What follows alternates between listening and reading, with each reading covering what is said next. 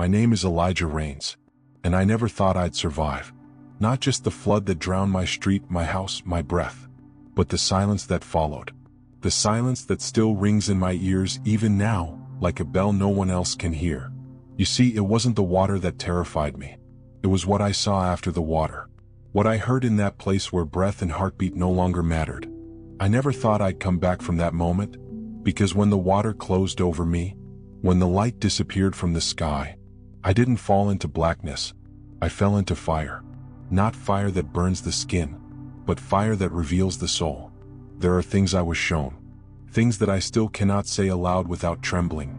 Things I never asked to know. But once you see, you cannot unsee. And once he speaks, you are not the same. He called my name in the dark. Not with anger, not with thunder, but with the kind of voice that makes everything else go silent. The kind of voice that breaks you gently. He said, "Tell them. Tell them before it's too late." Those words, they followed me back. They echo in my dreams. They linger in my chest like a second heartbeat. They've kept me up more nights than the flood ever did. Because what I saw beyond the veil of this world was not just a warning. It was a commission, a sacred charge, a vow sealed in the fire.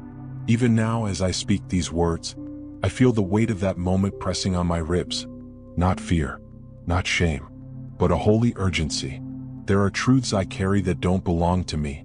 They were entrusted, whispered into me in a place no map can find. And I know this, if I don't speak them, the rocks will, the wind will, the storms will rise and scream it through the land. But I was the one he sent back. I was the one pulled from the edge. And I made a vow, if I ever walked again, I would not waste a single breath. He called my name in the dark, and now I speak yours. I speak to the part of you that remembers, even if your mind has forgotten. The part of you that aches in silence. The part that knows time is short, even if no one else says it out loud. He called my name in the dark, and when I answered, my life was no longer mine. So I'm here, not to convince, not to debate, but to testify, because I saw what's coming. And if I keep it to myself, the blood is on my hands. He called my name in the dark, and now, I tell you what he showed me. Because the moment is closer than you think. Because time is thinner than it feels. Because the veil is lifting. And when it does, you'll either burn with truth or drown in lies. Return to the fire. Return to the fire. Return to the fire. Before the flood came, before the sky wept judgment over my city, my life was painfully ordinary. A faded rhythm of days that looked the same, sounded the same, passed without question. I lived in the outskirts of Houston. Dusty air, broken sidewalks, good people with tired eyes. My mornings began with the same clock, the same bitter coffee, the same ritual of sleepwalking into another shift. I worked in construction, steel, sweat, and silence. I came home to a house that echoed more than it spoke. I had a wife once. She left long before the storm. And maybe I left first in ways that didn't show on paper. I don't blame her. I had become hollow. A man who moved but didn't live. A man who prayed but not from the heart, just out of memory. There was a Bible on my shelf. It hadn't been opened in years. I told myself I still believed, but I couldn't feel it anymore. Not in my chest, not in my bones. I used to go to church, sat on the third pew from the back. I nodded when the pastor spoke, but my spirit had grown numb. I knew the verses, but I no longer trembled. There were signs, small ones at first. The air would change suddenly, stillness falling like a held breath. Birds would vanish. Dreams would come, strange dreams that smelled of smoke and water. One night I woke up choking, not from sickness, but from something deeper. A presence heavy in the room, something unseen pressing against my ribs. I told myself it was nothing, just exhaustion, just stress, but my soul knew better. It had heard the approaching footsteps. Sometimes I'd stand at my front porch and stare at the clouds. They looked too low, like the heavens were leaning closer, watching, listening, waiting. I felt watched in those final weeks, not by man, but by eternity. The radio buzzed warnings about the coming storm, flood watches, evacuation maps, but no one really believes it'll happen to them. Not until the water's at your knees. But I think the flood had already begun long before the rain. I think it started in my soul. when I let the fire die, when I chose numbness over wonder, when I stopped expecting God to show up in the mundane. The collapse didn't begin with lightning. It began with silence, spiritual silence, the kind that poisons slowly. I smiled at neighbors, laughed at jokes I didn't feel, kept busy with the scaffolding of a life that had no foundation left. I told myself I was fine, that everyone feels like this eventually, that the ache inside me was just the cost of adulthood. But deep down, I knew something sacred was missing. Something eternal was weeping inside me. And though my ears were closed, He was already calling. He called my name in the dark, not just once, but over and over, through dreams, through moments of stillness I was too afraid to sit with, through the way the wind moved through dead trees like breath. I had forgotten how to listen, but He hadn't stopped speaking. The collapse was coming, not just in the sky, but in me. And when it came, it wouldn't just sweep away my street. It would unearth everything I buried beneath routine. He called my name in the dark, and still I slept. The day before the flood, the sky turned the color of ash. The air tasted metallic. Dogs barked without reason. A heaviness settled into the earth like something ancient had risen. And that night, that final night, I sat in my living room with the lights off, and for the first time in years, I whispered, "God, are you still there?" There was no thunder, no fire from heaven, only stillness.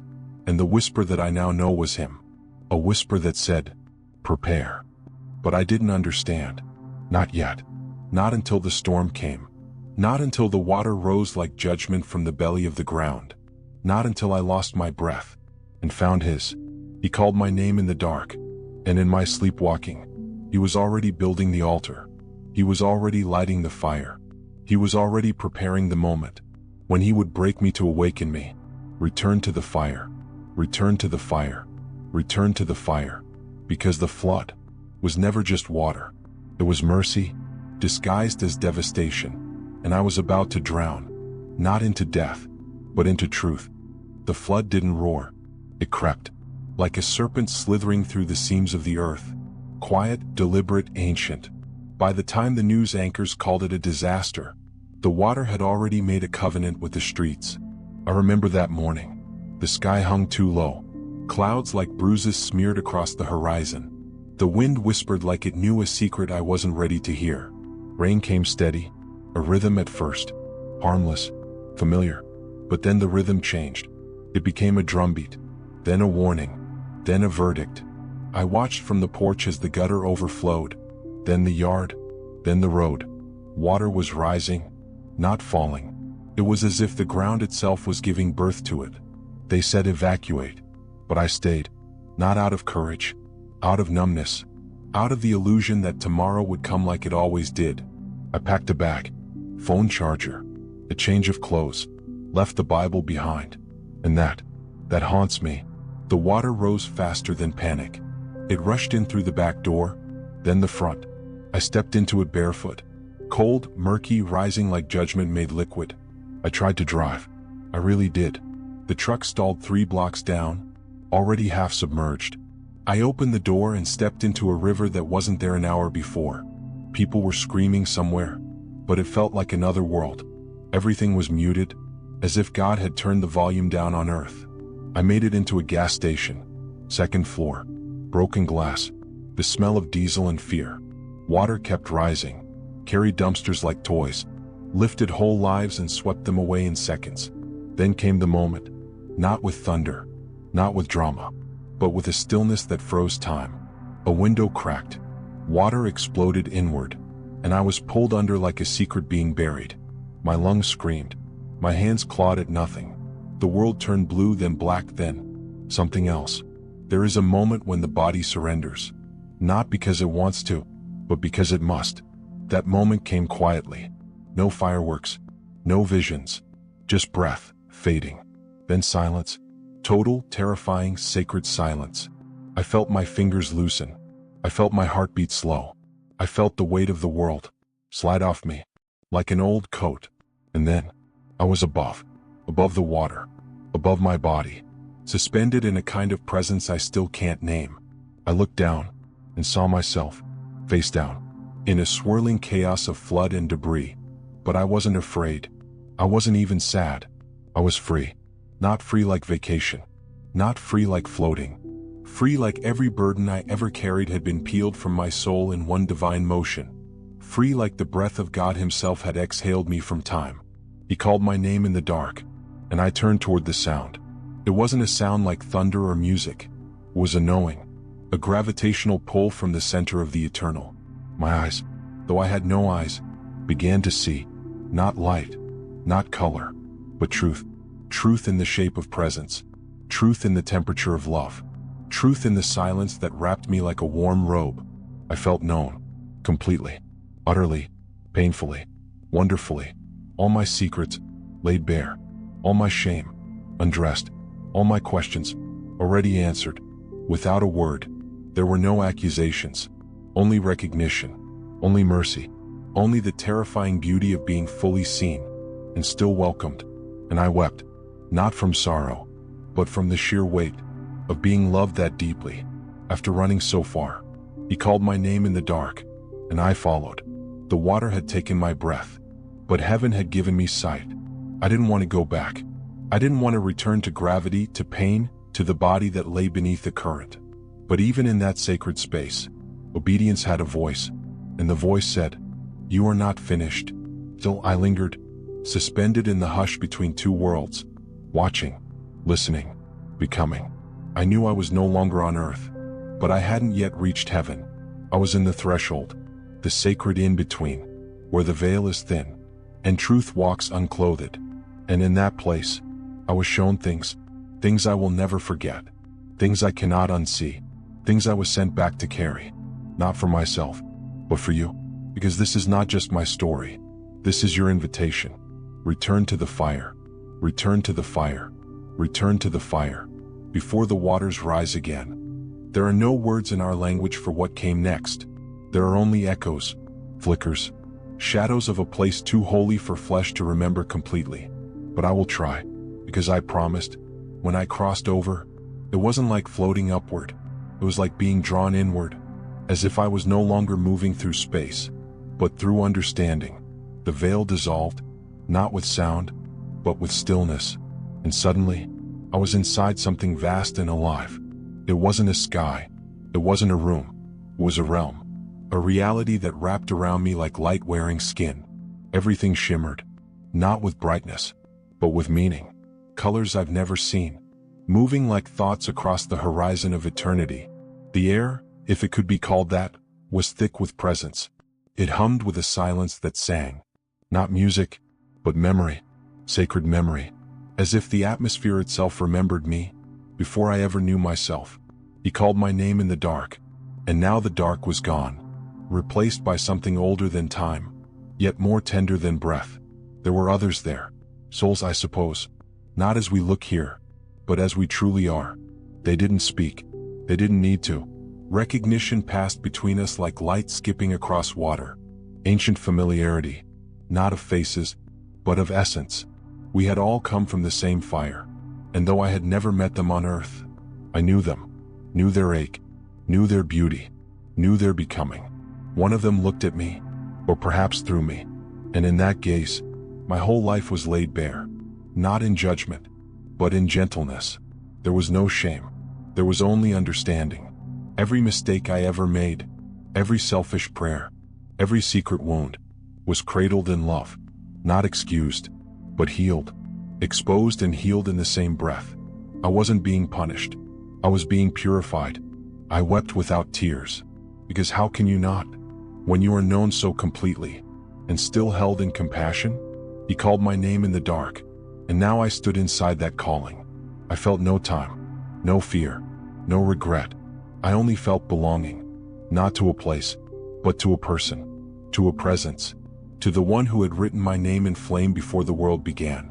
I moved not with legs, but with longing, drawn deeper into the center of this realm, where everything pulsed with holiness. There was a light ahead, not blinding, but beckoning. It wasn't light like fire. It was light like truth, like love that could not be diluted. As I moved toward it, the atmosphere changed. It became heavier, but in a way that made me feel lighter, like gravity had been reversed. and now it pulled not down, but inward, into God. Every step or thought, or breath, or moment, was a shedding. Layers of pain peeled off like dead skin. Lies I had believed about myself, gone. Wounds I didn't even know I had, healed. Fear I had carried for decades, dissolved. There was no room for fear here. Only awe, only reverence, only the awareness that I was approaching the source of all beauty, all justice, all holiness. And he was waiting, not in the way kings wait on thrones, but in the way fathers wait on porches, expectant, patient, eyes burning with joy. I hadn't yet seen him, not fully, but I felt him, closer than my breath, more real than my own name. And still, he called my name in the dark. But now the dark had become light, and the whisper had become a welcome. I was safe, safe in a way that no locked door or guarded heart could ever provide. Safe in the arms of the eternal. No fear of rejection, no need to prove anything, just belovedness, raw, undeniable, final. I don't know how long I stood in that place, because time there doesn't tick, it unfolds. But every second felt like a lifetime, and every lifetime felt like a second wrapped in glory. And yet, even in that perfection, even in that unbroken shalom, a whisper came, soft, steady, unmistakable. You cannot stay.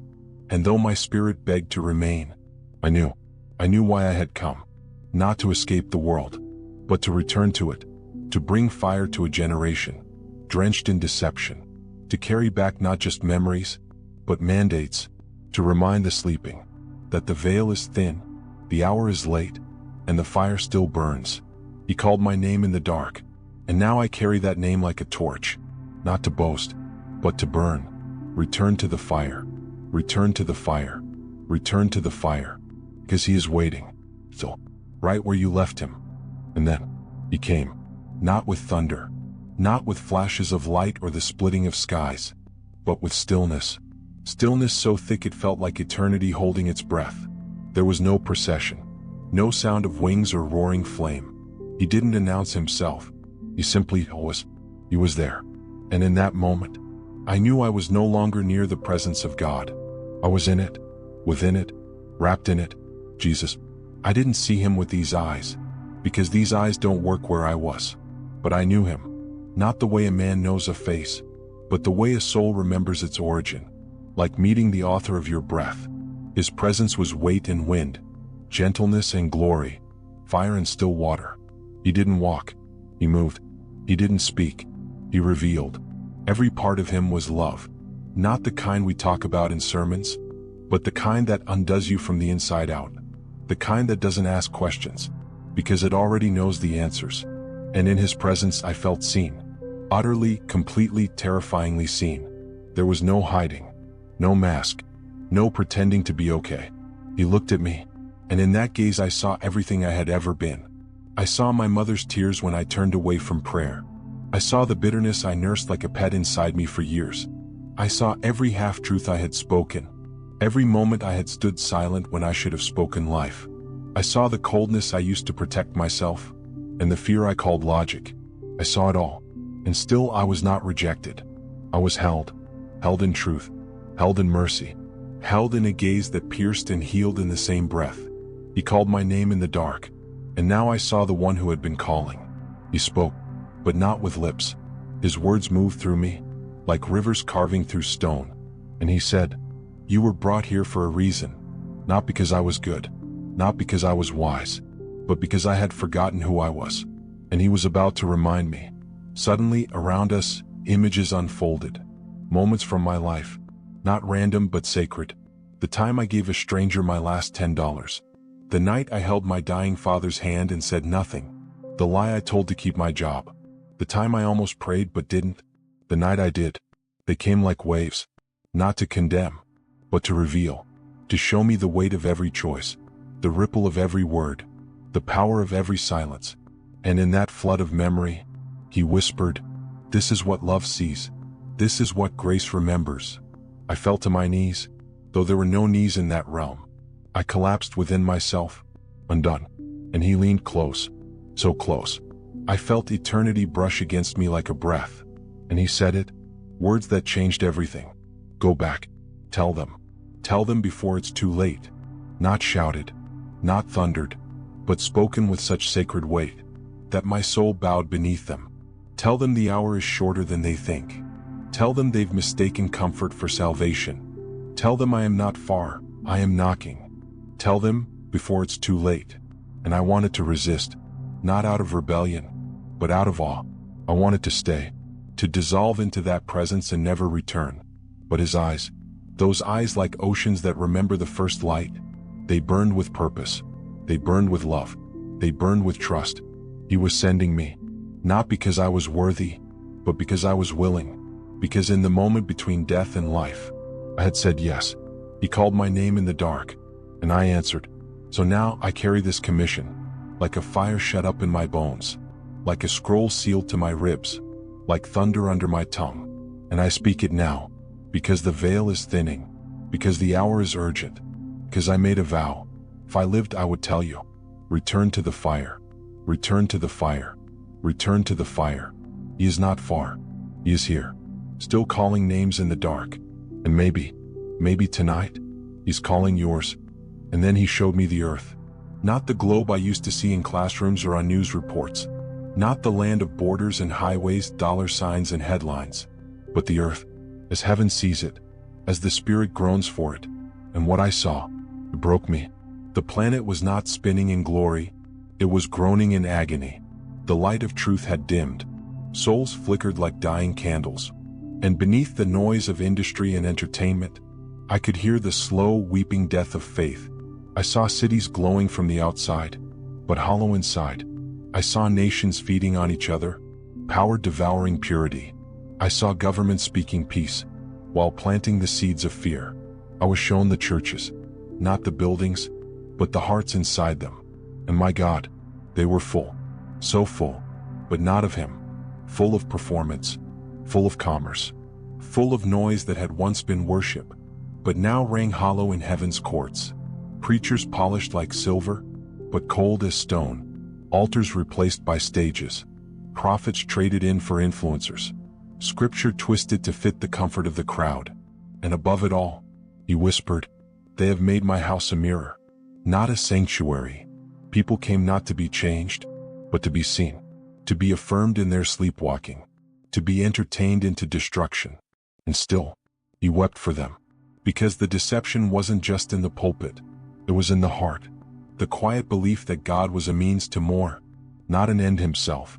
I saw false gospels, not just preached, but lived. The gospel of success, the gospel of tolerance without transformation, the gospel of escape instead of endurance, the gospel that says, "Come as you are," but never says, "Be ye holy." And in the middle of it all, a remnant, hidden, burning, misunderstood, scattered like embers across the nations. He said, they were chosen, not for fame, not for ease, but for fire.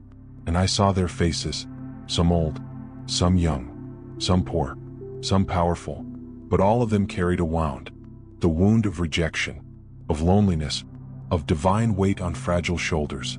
And I heard the cry in their hearts, "Lord, why me?" And His reply thundered in my soul, "Because I placed something eternal in you that this world cannot corrupt. Because the truth must be told."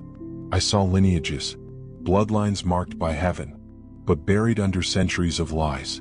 People who had forgotten who they were, because the world was afraid of what they'd remember. Tribes scattered, tongues silenced, histories erased, and still their spirits burned like torches in the dark. They were chosen, not for supremacy, but for intercession, not for dominance, but for deliverance.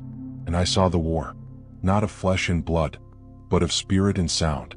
Words being weaponized, truth being mocked, children being marked, and entire generations being lulled into digital sedation. The enemy wasn't hiding anymore. He was laughing, because he didn't need to possess them, just distract them. And it was working. Screens had become altars, desires had become doctrines, and silence had become strategy. He showed me the war for the mind, for the identity, for the memory of God in man. And He said, "The time for pretending is over. The time for awakening has come." I saw spiritual giants, once mighty, now asleep beneath blankets of wealth and comfort, their swords rusted in museums of tradition, their prayers silenced by fear of offense. And I saw others, small, unknown, hidden, on their knees, with cracked lips and calloused hearts, whose names heaven knew well, because their prayers were arrows, their tears were seeds, their pain was incense. And he said, "These are my witnesses, the overlooked, the underestimated, the misunderstood. They were chosen." And he looked at me, not with anger, but with holy fire. And I knew, the truth must be told, even if it costs you your reputation, even if you're dismissed, even if you're mocked by pulpits and unfollowed by crowds. The truth must be told, because the clock is ticking, because the harvest is ready, but the workers are hiding, because the world will not be transformed by noise, but by fire. Return to the fire. Return to the fire. Return to the fire. And I saw the future, not in years, but in choices, a people who would rise, not with slogans, but with surrender, not with weapons, but with worship, not with cleverness, but with consecration. People who would look foolish, but carry glory, who would walk unknown, but shake kingdoms, who would be hated by the world, but held by the Father. And I heard it again, whispered through the chambers of eternity. They were chosen. The truth must be told. Tell them before it's too late. And I knew I would never be the same, because once you've seen the world through his eyes, you can never go back to sleep. He called my name in the dark, and now I'm calling yours, not to alarm, not to condemn, but to awaken. Return to the fire. Return to the fire. Return before it's too late. And then I was shown what comes next, not in the form of dates, not in the numbers men chase, but in the form of people. Souls glowing in the dark like coals that refuse to die. The world was still trembling, still drunk on its own noise, but something had shifted. I saw the broken begin to rise, not the proud, not the powerful, but the overlooked, the forgotten, the wounded, the ones whose names had been erased by men, but remembered in heaven's book. They were rising, children, eyes full of fire, mouths full of truth, laying hands on the sick and watching them recover, not because they were trained, but because they were called. I saw women, once silenced, now roaring with the voice of the bride, not bitter, not rebellious, but burning with holy justice, mothers and midwives of the coming harvest. I saw outcasts, the ones we threw outside the camp, now carrying the ark. They wore scars, but their wounds glowed with glory. They had been broken open, so the oil could flow. And from the corners of the earth, they gathered, different tongues, different skin, same spirit, a remnant, but not a small one, a holy one. He said, "They will lead the return." And I wept, because they looked nothing like what I expected. No polished shoes, no stage lights, no followers, but they followed the Lamb, wherever he went. And the world didn't know what to do with them, couldn't label them, couldn't control them, because they had died to all that.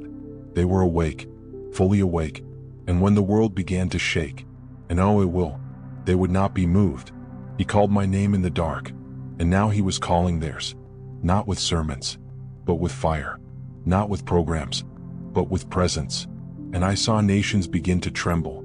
Walls between men began to fall, not by diplomacy, but by deliverance.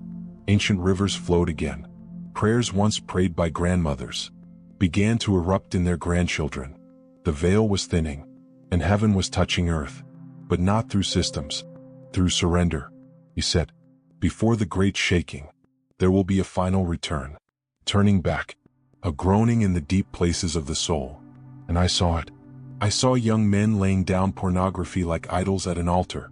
I saw women ripping up old lies they had called love. I saw churches without ceilings, because the glory could no longer be contained.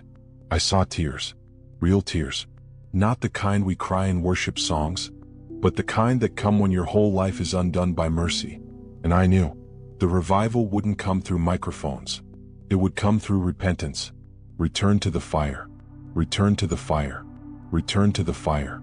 I saw prisons become sanctuaries, hospitals become birthing rooms, street corners become pulpits, and the hearts of men become the temple again. He whispered, "They will lead the return, the poor in spirit, the peacemakers, the mourners, the persecuted, the pure in heart, not the celebrity saints, but the hidden ones, the ones who tremble at his word, the ones who burn without applause. And when the storm comes, and it will, they will stand, not because they are strong, but because they are surrendered." This is not a message of fear. It is a call to awaken, because what I saw is not far away. It is breathing down the neck of this generation. It is already here, in seed form, waiting to break through the soil. But it will not come to the proud. It will not come to the distracted. It will not come to those who are too busy building platforms to build altars. It will come to those who say, "Not my will, but yours."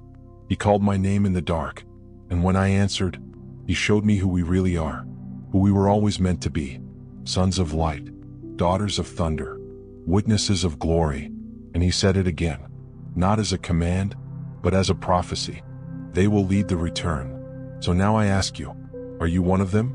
Have you heard him whisper through the noise? Do your bones burn, even when your mouth stays silent? Has he been waking you up when the world wants you numb? Then don't resist. Don't delay. Don't run back to sleep. Return to the fire. Return to the fire. Return before it's too late. I returned like a man thrown from eternity into dust. One breath. That's all it took. One breath and I was no longer there. The fire was gone. The stillness gone. The sound of heaven like a distant bell swallowed by thunder.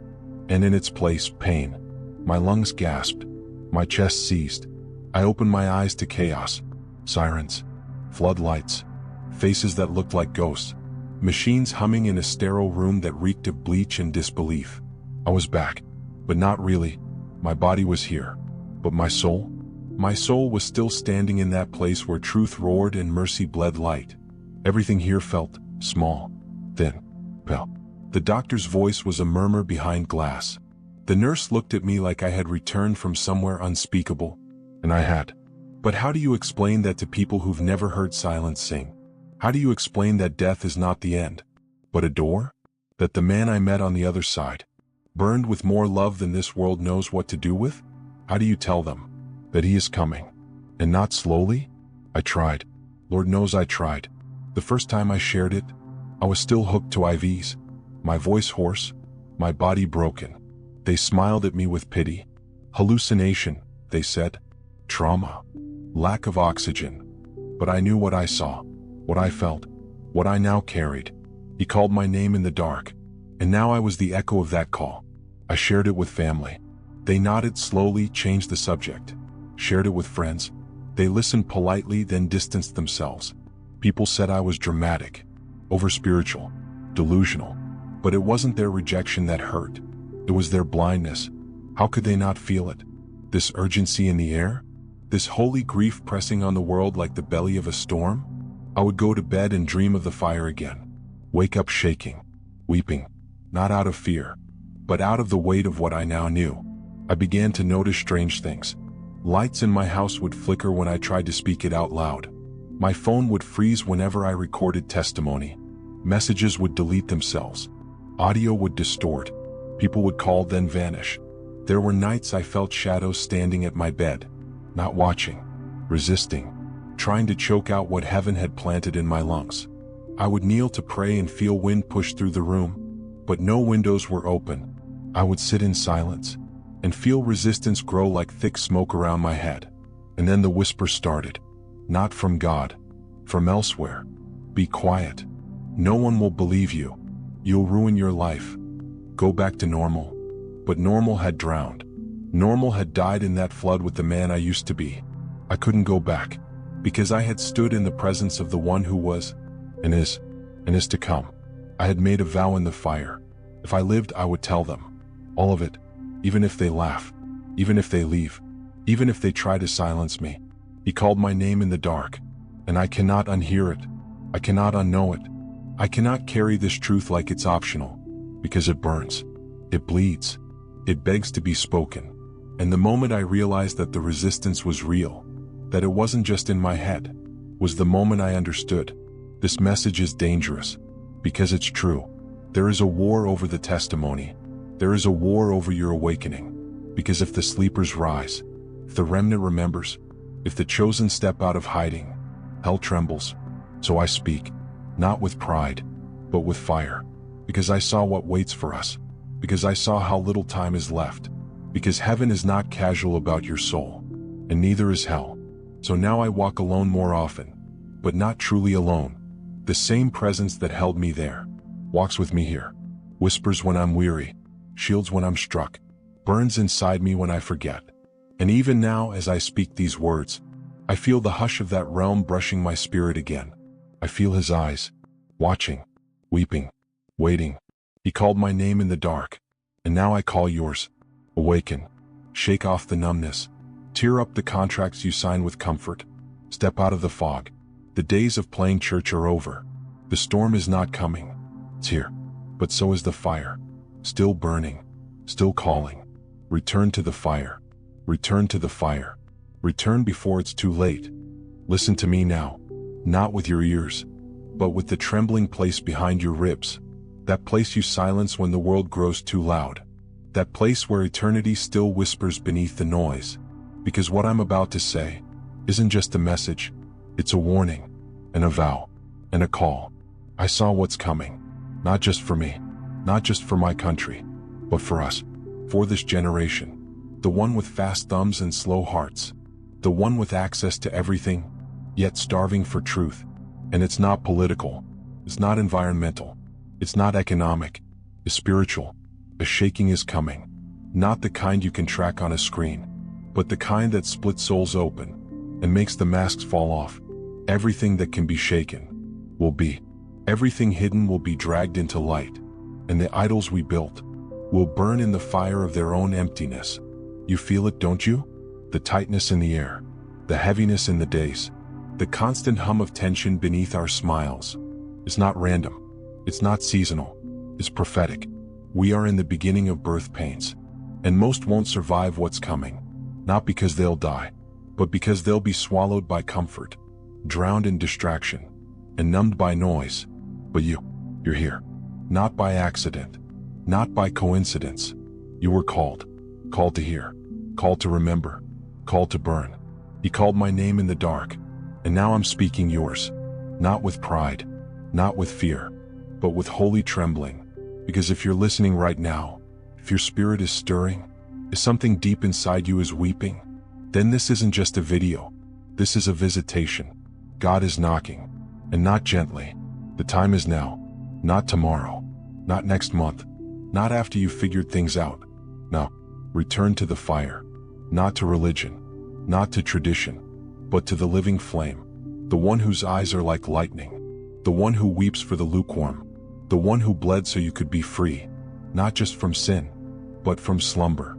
The time is now, to open the word again, to fall on your face again, to say yes to the call you've been dodging for years. You were not made for compromise. You were not made for applause. You were not made to blend in with Babylon.